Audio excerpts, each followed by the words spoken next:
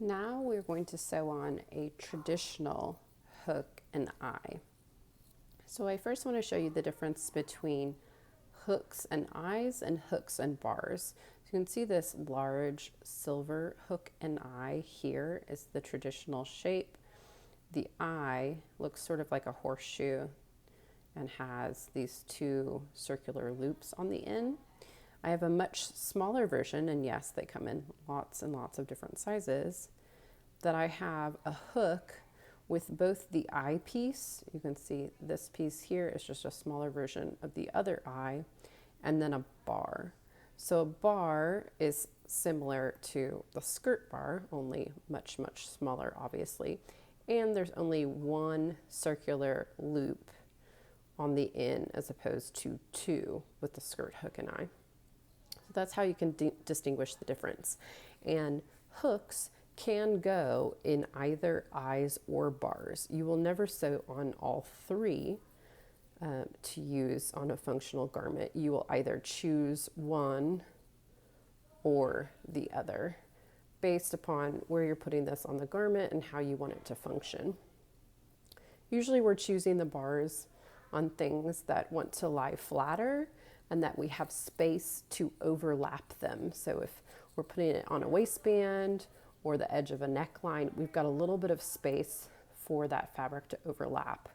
There's occasionally parts of garments that just meet the edge of others. And in those cases, the eye is better. We usually choose the eye and then have most of the eye hidden behind the fabric and have the edge of the eye resting on the edge of the fabric so that then the hook can hook into it, and then the two pieces of fabric are going to butt up against each other. So this is the case in sometimes necklines of garments and things like that. You'll also find hooks and eyes at the top of zippers. So if you're putting on a skirt or a dress that has a zipper down the back or running up the side, you will often find the hook and eye there to help you secure the top of the zipper so that the zipper doesn't start coming undone on you. Okay, so we're going to go ahead and sew these on. They are a bit different than the skirt version. The skirt version is kind of convenient because it has these well-placed holes that sort of guide you around the hook. With the traditional hook, you have to guide yourself and you have to continuously move your needle around to get good coverage. So this is what I mean by that. When I'm sewing on a hook, again, I have to hold it steady because this hook is generally a little bit slippery to start out with. So I want to make sure that it's good and secure and in the proper position.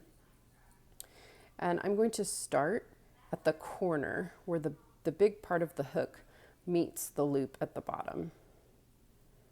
I'm going to start here, and again, it's already sliding around on me, so I have to make sure it behaves until I get a bit of thread around it. And then as I sew, I'm going to continuously move my needle little bit by little bit around this loop so that I'm never sewing in the exact same place again.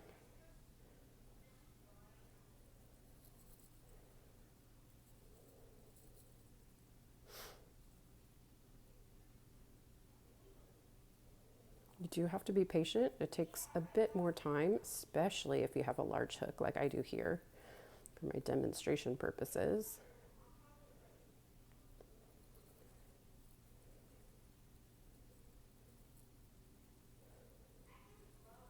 But again, I am never putting my needle in the same place twice. I'm going to continuously move just a little bit around the edge of this hook.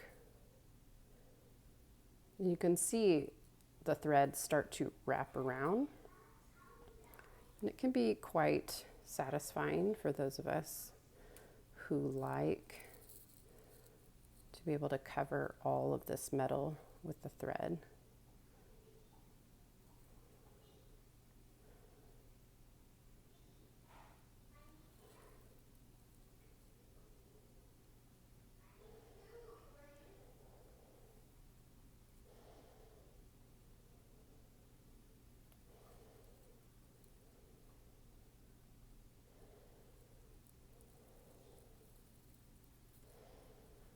You can see that there.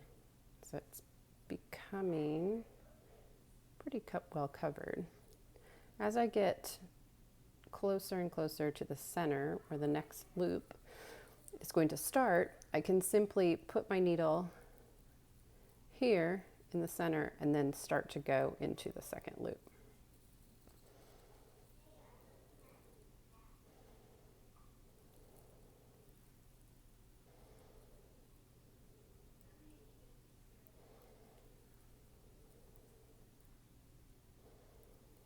Again, I'm making really small adjustments to where I'm stitching so that I can constantly keep moving just a little bit around the hook.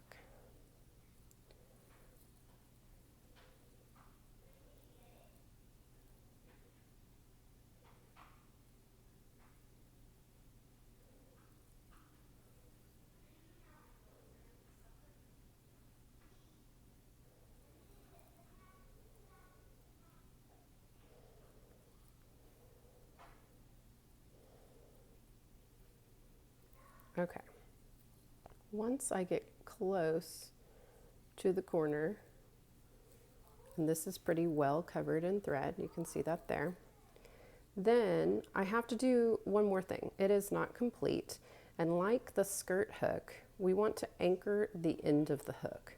The skirt hook conveniently gives you another metal piece that has a hole in it that you can sew.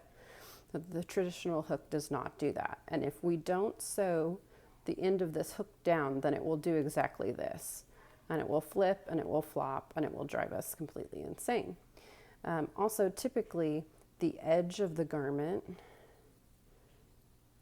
is at this point as well. So if this were the edge of the garment and I'm wanting to close it, this is not helpful because it's pulling very, very far away from the edge of my fabric.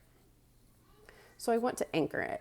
The best way to anchor it is to use your thread. But first, I want to complete what I'm doing here. So I'm actually going to tie a knot.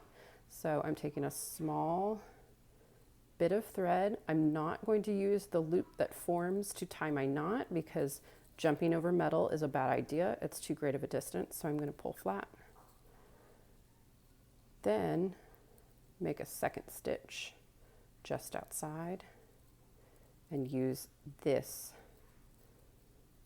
loop to tie my knot. Once I've done this, then I will rethread my needle, make a new knot, and I'll be ready to sew at the end of my hook. So again, I'm doing this all with double thread. I want to make sure it's nice and secure and tight. Some people prefer a quadruple thread, it helps them go even faster.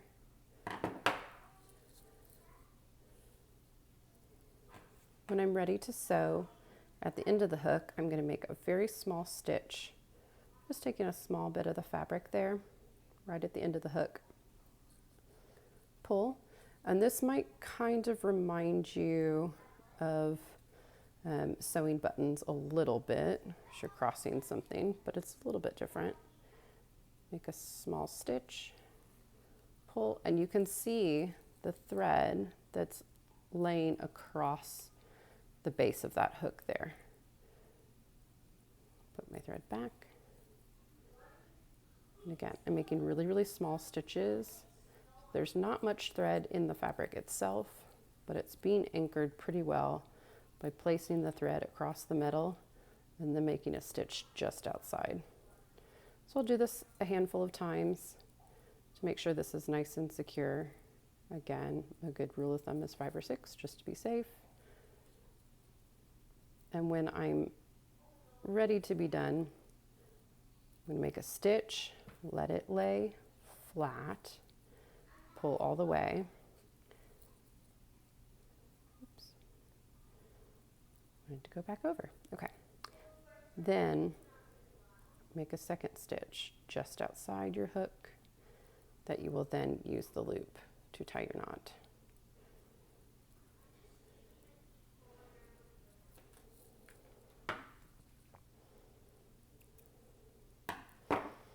And you can see now that this hook is nice and secure. It's not going to flop and go anywhere. It will stay on the fabric like I like it to.